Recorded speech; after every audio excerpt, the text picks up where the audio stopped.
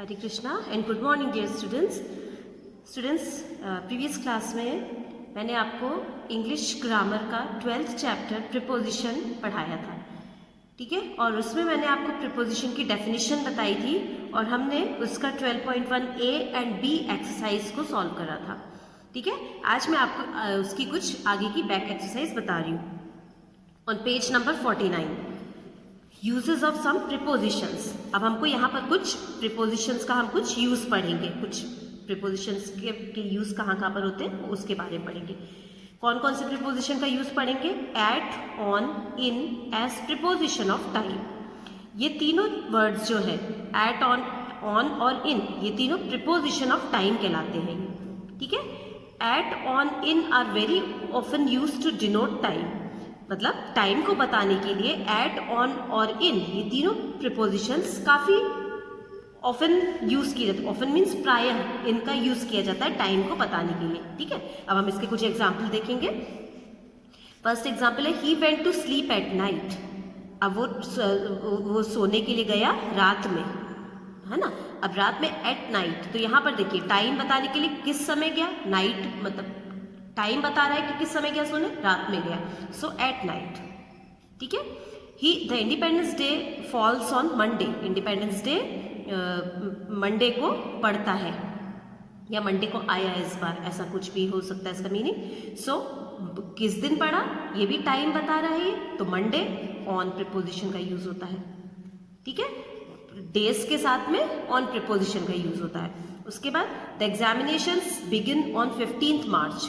Examinations begin हुए on 15th March. 15th मार्च को examination शुरू हुए। सो डेट बताने के लिए भी ऑन प्रीपोजिशन का यूज होता है। डेज एंड डेट्स के लिए ऑन प्रीपोजिशन का यूज होता है, ठीक है।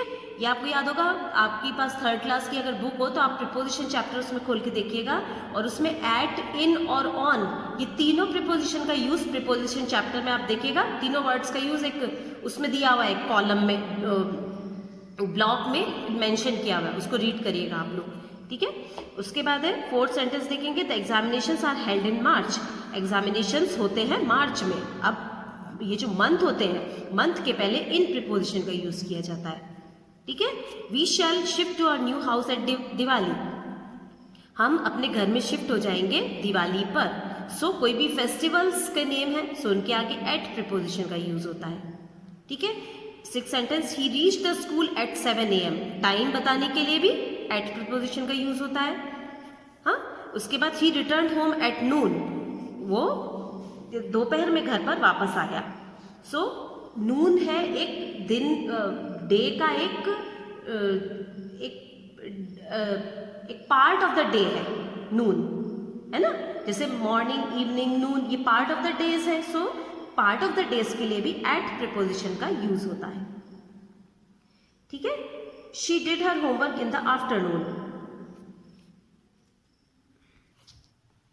सॉरी स्टूडेंट्स, अगर आपको डे का कोई भी पार्ट लिखना है ना, सो इन प्रीपोजिशन का यूज होता है। देखिए यहाँ पर इस सेंटेंस में she did her homework in the afternoon. So day का कोई भी पार्ट है तो वहां पर इन प्रीपोजिशन का यूज होता है। लेकिन अगर हम सिर्फ नून लिख रहे हैं ना, तो वहां पर हम एट प्रीपोजिशन का यूज कर सकते हैं।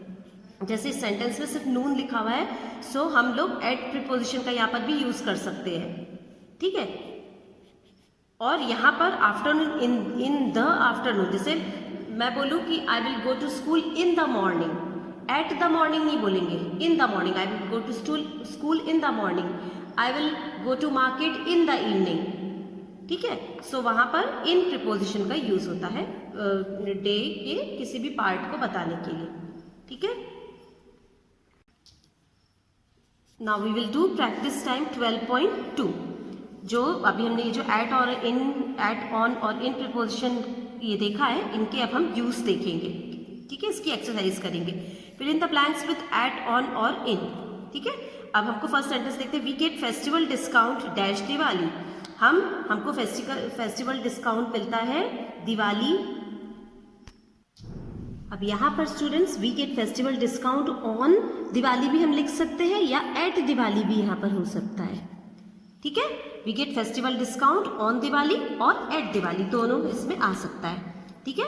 उसके बाद नेक्स्ट देखेंगे he met me dash breakfast, so he met me at breakfast. ठीक है। अब यहां पर देखिए आप इन प्रीपोजिशन को अगर फिल करते हो ही मेट मी इन ब्रेकफास्ट तो ये सही नहीं लगता। He met me on breakfast, breakfast पर मिला। He met me at breakfast, यहां पर एट प्रीपोजिशन ज्यादा ठीक लग रहा है। ठीक है। The sun shines brightly at noon, sun shines brightly at noon, so तो डे का कोई भी पार्ट है तो हम यहाँ पर एट प्रीपोजिशन का यूज करते हैं, जैसा अभी हमने एग्जाम्पल में देखा था, या इन नून भी लिख सकते हैं यहाँ पर। The sun shines brightly at noon और इन नून भी यहाँ पर हम लिख सकते हैं। ठीक है। फोर्थ देखेंगे our annual examination are held dash March, so in March. यहाँ पर कभी भी जो मंथ होते हैं उनके पहले इन प्रीपोजिशन ही यूज किया जाता है। ठीक है। उसके बाद fifth sentence my father usually comes home late at night. ठीक है। नाइट के साथ में एट प्रीपोजिशन यहाँ पर आएगा। ही is going back dash Monday, day के साथ में ऑन प्रीपोजिशन का यूज होता है। और यहाँ पर ये मैंने आपको बताया था कि जो डे का पार्ट होता है ना वहां पर हम एट और इन दोनों प्रीपोजिशन का यूज कर सकते हैं। कहीं कहीं पर एट वर्ड ठीक लगता है, कहीं पर इन प्रीपोजिशन ठीक लगता है। ठीक है। सो हमको सेंटेंस को समझना पड़ता है कि कहाँ पर हम एट प्रीपोजिशन लिखेंगे और कहाँ पर इन प्रीपोजिशन लिखेंगे। तो यहाँ पर जैसे एट नाइट लिखा हुआ है, यहाँ पर एट नाइट ही आएगा। ठीक है। लेकिन जब आप ऐसे बोल रहे हो ना कि शाम को मैं स्कूल जाऊंगा, वो सॉरी शाम को मैं मार्केट जाऊंगा, तो आप बोलेंगे I will go to the market in the evening. ठीक है। सो हमको थोड़ा सा समझना होता है कि कहाँ पर इन प्रीपोजिशन आएगा और कहाँ पर एट प्रीपोजिशन का यूज होगा। ठीक है। उसके बाद six sentence he is going back on Monday, day के पहले ऑन प्रीपोजिशन आता है। Dash rainy season we use umbrellas and raincoats, so in rainy season, seasons के पहले इन प्रीपोजिशन आता है। ठीक है। उसके बाद there is a new TV serial beginning dash Friday, so day है, सो यहाँ पर ऑन प्रीपोजिशन हो जाएगा। इंडिया बिकेम फ्री डैश 15 अगस्त 1947, डे है ये भी, सो 15 अगस्त 1947, सो यहाँ पर भी ऑन प्रीपोजिशन का यूज होगा। ठीक है। उसके बाद the struggle for independence started first dash 1857, सो कभी भी हमको ईयर के पहले इन प्रीपोजिशन का यूज होता है। ईयर जो होते हैं ना उनके पहले इन प्रीपोजिशन का यूज होता है। आप लोग आपकी ये देखिए मैं आपको ये थर्ड क्लास की आपकी बुक बता रही हूँ जिसमें आप पेज नंबर 39 पर देखिएगा, ये रिमेंबर करके यहाँ पर लिखा हुआ और यहाँ पर लिखा है किस किस के साथ में क्या प्रीपोजिशन का यूज होता है। सो इसमें मेंशन है कि जो डे के पार्ट्स ऑफ डे होते हैं उनके साथ में इन प्रीपोजिशन का यूज होता है, लेकिन कहीं कहीं पर हमने जो अभी हम फोर्थ क्लास में पढ़ रहे थे सो एट प्रीपोजिशन का भी यूज किया हुआ है। सो हमको सेंटेंस में समझना पड़ता है कि कहाँ पर एट प्रीपोजिशन का यूज होगा और कहाँ पर इन प्रीपोजिशन का यूज होगा। ठीक है। चलिए कुछ और सेंटेंस देखते हैं, कुछ और प्रीपोजिशंस का यूज देखेंगे। In, into, out of. In means अंदर, इनटू मीन्स उसके अंदर, आउट ऑफ मीन्स उसके बाहर। ठीक है। अब इसको हम इसमें ये देखते हैं सेंटेंसेस पिक्चर से के through.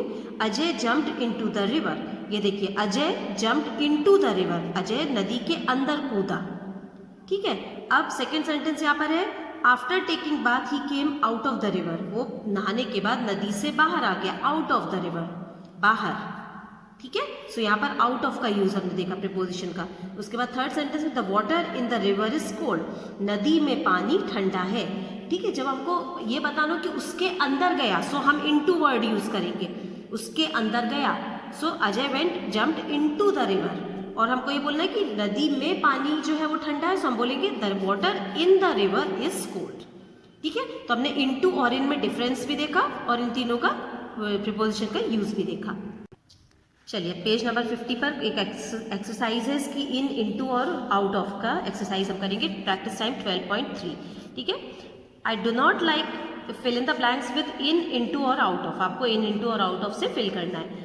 I do not like flying, I do not like lying dash bed said Rinku, Rinku ने कहा कि मेरे को बिस्तर में लेटना पसंद नहीं है, तो क्या होगा आई do not like lying in bed. ठीक है। इन बेड सेड रिंकू, यहाँ पर इन प्रीपोजिशन का यूज होगा। I went dash the room, मैं रूम के अंदर गया, so I went into the room, के अंदर, so into the room, but finding it empty, लेकिन उसको खाली पाकर immediately came dash of it, so out of it, उसके बाहर आ गया। ठीक है। Third sentence, dash India people respect their elders, in India people, India में people respect their elders, India में। अब हमको ये नहीं बोला इंडिया के अंदर, ऐसा नहीं बोलना है तो हम इनटू नहीं लिखेंगे, यहाँ पर क्या आएगा, in India people respect their elders. ठीक है। और सेंटेंस है, the diver dived in deep dash the sea, diver means जो डुबकी लगाने वाला होता है वो, डाइव उसने डुबकी लगाई, डीप मीन्स गहरी, सी के अंदर तो इनटू आ जाएगा यहाँ पर। ठीक है, into the sea. He came dash the water after 2 minutes, वो पानी के बाहर आ गया, सो के बाहर के लिए क्या लिखेंगे, out of, he came out of the water after 2 minutes। ठीक है। उसके बाद है, Mrs Yadav jewellery is lying safely dash the locker, Mrs Yadav jewellery is lying safely, यहाँ पर होगा स्टूडेंट्स इनटू नहीं होगा, यहाँ पर होगा in the locker, Mrs Yadav की ज्वेलरी रखी हुई है लॉकर के अंदर सेफली, सुरक्षित तरीके से रखी हुई है, इन द लॉकर। ठीक है। उसके बाद 7th सेंटेंस है, the dog fail dash the well, dog गिर गया कुएं, वेल मीन्स कुआं के अंदर, कुएं के अंदर, सो इनटू, के अंदर, इनटू। ठीक है। उसके बाद some people took it dash the well, कुछ लोगों ने उसे बाहर निकाला कुएं से बाहर निकाला, so out of the well, some people took it out of the well, तो यहाँ पर क्या हो जाएगा, आउट ऑफ द वेल। ठीक है। तो आज हमने स्टूडेंट्स कुछ प्रीपोजिशंस का यूज देखा 12.2 एंड 12.3 एक्सरसाइजेज में। आप लोगों को थोड़ा सा अच्छे से समझ के, इसमें इन, इनटू और आउट ऑफ तो कोई टफ नहीं है, थोड़ा सा अगर आपको टफ लगे तो इन, एट और ऑन प्रीपोजिशन का यूज है, जो भी मैंने अभी आपको 3rd क्लास की बुक में जो रूल्स बताए हैं उसको आप पढ़ेंगे तो उसके अकॉर्डिंग आप फिल करेंगे तो आपके लिए इजी हो जाएगा उसको फिल करना। ठीक है। सो ये 12.2 एंड 12.3 एक्सरसाइजेस आप बुक में सॉल्व करके मेरे को टाइम से अपना वर्क सबमिट करिएगा। Okay, next exercise we will do in next class. So that's all for today. Thank you all of you and take care.